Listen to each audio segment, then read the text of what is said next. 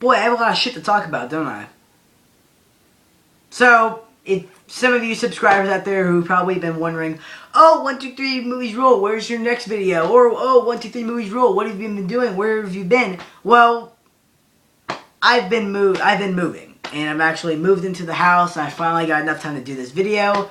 But if you've ever had the fortune or misfortune, whatever way you look at it, moving is a huge pain in the ass. It's not a picnic, it's not a walk in the park, it's very tiring and just, again, a pain in the ass. So, sorry that I haven't kept you guys updated on it. It's just that I've been busy and, it was a hell moving in, trust me. Take my word for it. Just hell moving in. But I finally got enough time to go ahead and talk about something. I finally got enough, time to go ahead and make a quick, well, not really quick, just make a video. And as you can probably tell from my shirt and what happened last week, this will be my video review of both Young Justice and Young Justice series finale, or season finale, but it's a series finale because Cartoon Network had to be a bunch of fucking assholes as usual, so they canceled the show. But they'll keep on annoying Orange. Just fuck you, Cartoon Network. Fuck you. So, without further ado, here's my probably long-awaited Young Justice review of the series. Not really a series finale because that just came out last week, so, whatever. I say long-awaited because, well, if you're a subscriber on my YouTube channel, you know that I am a huge, dedicated Young Justice fan. And saying that at this point is probably an understatement because I've praised it enough. Did multiple, well, before this, a couple videos of it, talking about it, certain things about it. So, now I'm going to give you my quick video review of it. Again, not quick, I'm running out of words, but I'm not sure if I will talk about the series finale in this video. I'll probably do the same thing that I did with the Legend of Korra review, where I do a separate video on that because, again, with this series finale, it kind of warrants its own video in my opinion. So, I'll probably do that afterwards, and this will just be the straightforward series review. So, without further ado, here's my review.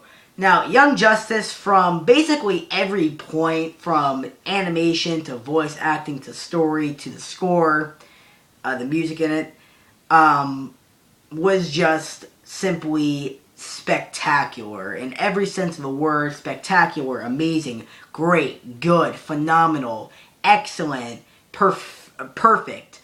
In every single shape and form of the word, just amazing.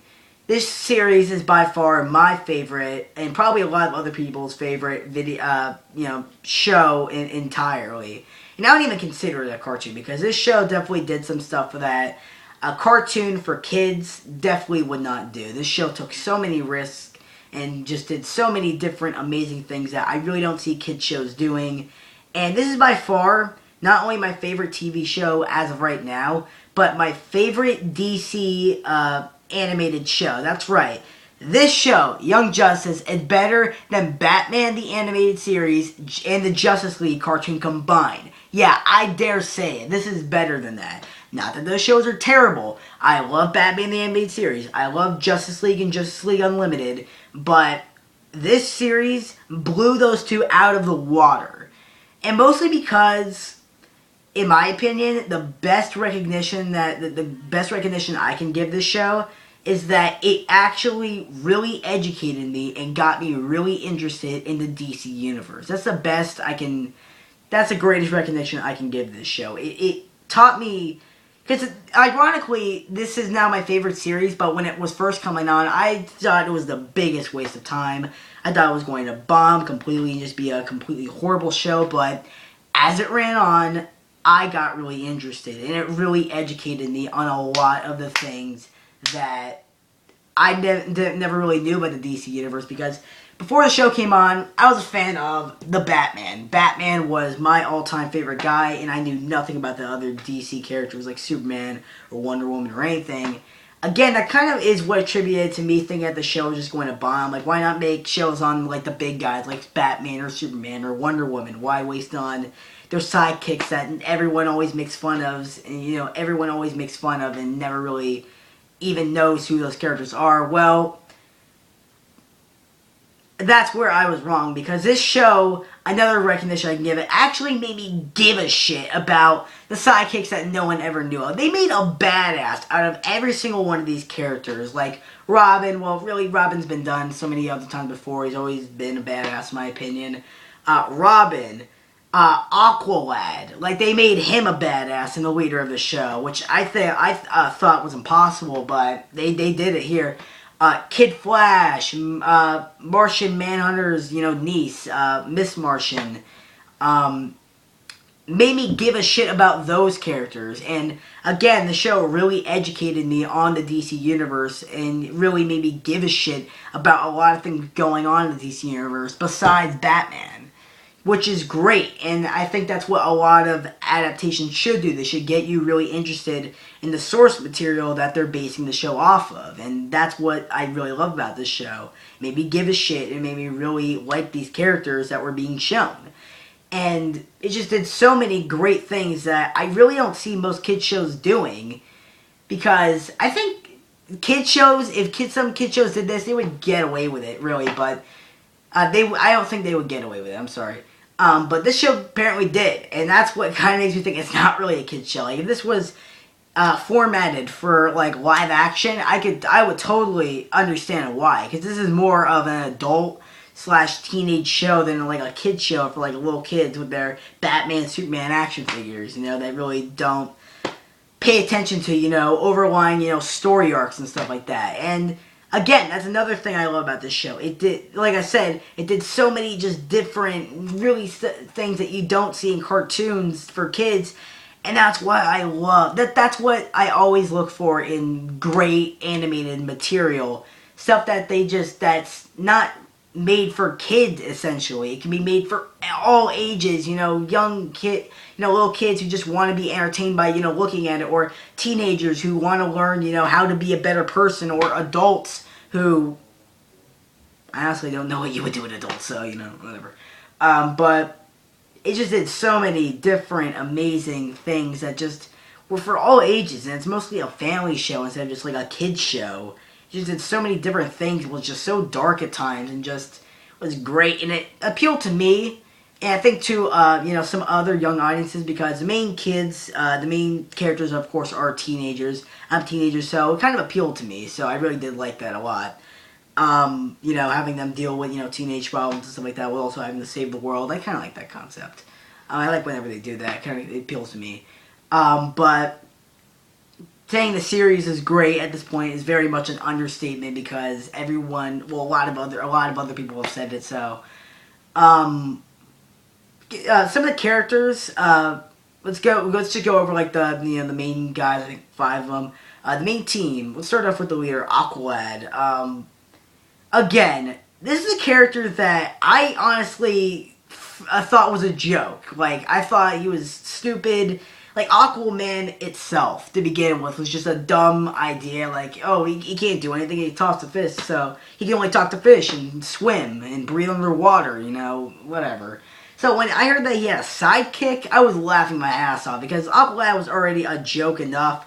What could his sidekick possibly do? In this show, they made him a complete badass. They made him a huge badass and just an absolute awesome character. And they made him the leader also, which was just great. And they just made this character, again, that I didn't give a shit about and thought was just a joke, into a complete badass. I love the character Aqualad. He's not my favorite. Robin's my favorite because, well, Batman. But they made that character a complete badass too. Second character, Kid Flash, or Wally West. The comic relief character of the first season. Wasn't really in that much the second season. But definitely the comic relief character of the series, which a lot of people will say that he is, his favorite character, and stuff like that, because he is very funny. His jokes are very funny. Again, another character that I didn't really give a shit about that they did make me, care about. And he was funny. He was very, charismatic and cool. He could really toughen up and, wise up whenever shit got serious. Another character I like. I always love those comedic characters who can be funny, but also be invested and really toughen up and, get serious whenever shit gets serious. I always love those characters. But next character, third character, Miss Martian, which is Martian Manhunter's niece. Niece. Another character that, well, I didn't love her character. In fact, I didn't think she had a really good start. I didn't think she was a really good character from the beginning because they kind of just rushed her in at the end of like the second episode. I thought that was kind of rushed and just really not, good. I don't hate her. I just think that she was kind of just annoying at points. She's still a good character, don't get me wrong, and I love her single episode in the first season. I think I forgot what it was, but it was one where she was trying to hide her white Martian form from the rest of the team and stuff like that. Those are the episodes where they definitely got me really. Those are the episodes that definitely got me really invested because we were learning about these characters and learning just so much stuff about them, and they just had so many problems they had to hide from the other team, from the rest of the team, and it just, episodes like that's where it just hit me, and I was like, this is a great show, and they got character development, all that good stuff that makes a great show, or movie, or whatever. That was one of my probably favorite episodes of the first season. I didn't really like her character all that much. I thought she was just kind of like the token girlfriend for Superboy to have. I didn't really, like her all that much. I didn't really think they did a whole lot with her in the second season besides her being kidnapped and just being a huge foil for, her and Superboy to eventually get back together. We all knew that she was going to get back together with Superman, so really who cared? So, that character, is just for me. Probably one of my all-time favorite characters is Artemis. Now that's a good character. That was a character where I definitely the female protagonist in the show. That was my favorite female in the show. She was just a complete badass, first of all, and she had a lot of shit going on with her in the first season. She'd been several times, being accused of being the mole. And there was definitely a lot of backup on that. There was definitely a lot of information that led to, that being kind of true. Like her father being the supervillain of the Light, and her sister as well, Cheshire, or Cheshire, whatever you want to call her. This is probably one of my all-time second favorite character, probably. But I thought she was great. My favorite female character. She had a lot of shit going on, a lot of, trust issues with her in the show, like, should I trust her, should I not, which was like the other team trying to trust her. I thought this is probably my favorite female character of it, and she wasn't just there just to be a cheap, foil for, one of the other, characters, whatever. She did get together with, Wally West, Kid Flash and stuff like that, but it wasn't, always hinted at. It was always just, it was very subtle, in my opinion. I thought it was really subtle.